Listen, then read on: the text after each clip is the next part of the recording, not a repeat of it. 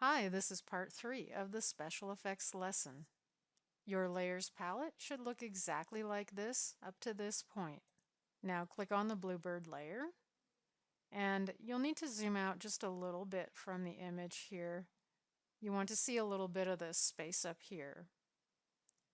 Click on Transform Layer in the Tools, go over to frame 96, and then drag the bird about to here. And then on the timeline, backtrack a little bit, and we're going to just put a little bit of curve in the bird's path. So I'm at frame 33, and I'm going to just bring the bird down a little bit there and move, let's see here. And then I want to be kind of right at this peak of the cave opening and bring the bird down like that. I started out too high, but basically, and I'm going to go back to this keyframe, bring this down a little bit.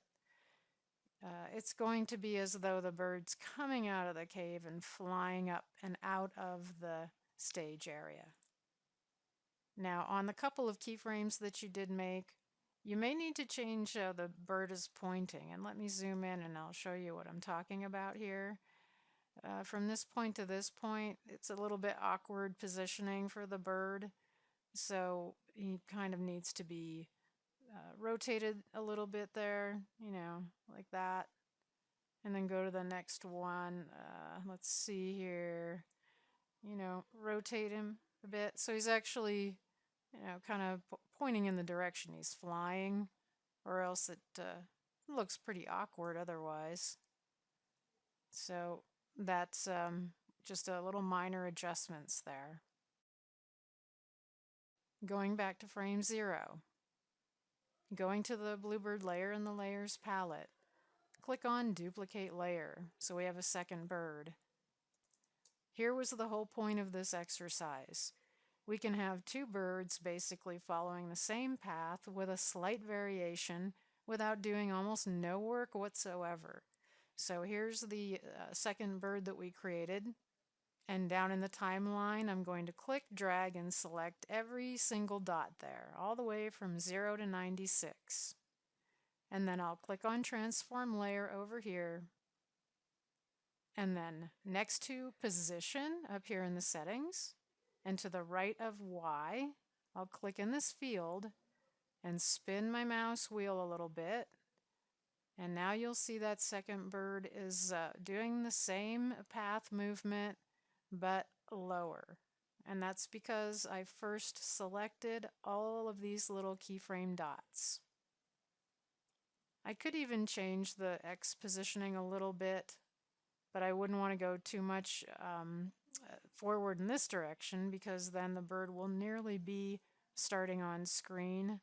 I can also have bird number 2 start a little bit later. And here's what I'm talking about. I'll click on the sequencer tab. So here's Bluebird 2 and then Bluebird 3, which was actually the first one. And I can just drag Bluebird 2 back a little ways. That will have it start just a little bit later. So if I just test it,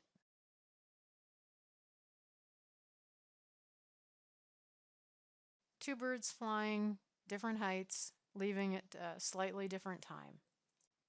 So I've popped out my layers palette, and based on the exact same principles and the exact same masking settings that we did on the forest animation, I want you to create this animation for the cave. You'll see that both birds and the monster appear as though they're emerging from inside the cave. So you'll end up rendering out both the first one, the forest animation, and the cave animation after you complete it.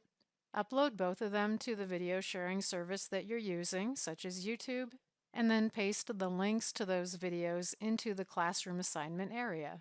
And if you have any questions or you're running into problems, please email me right away.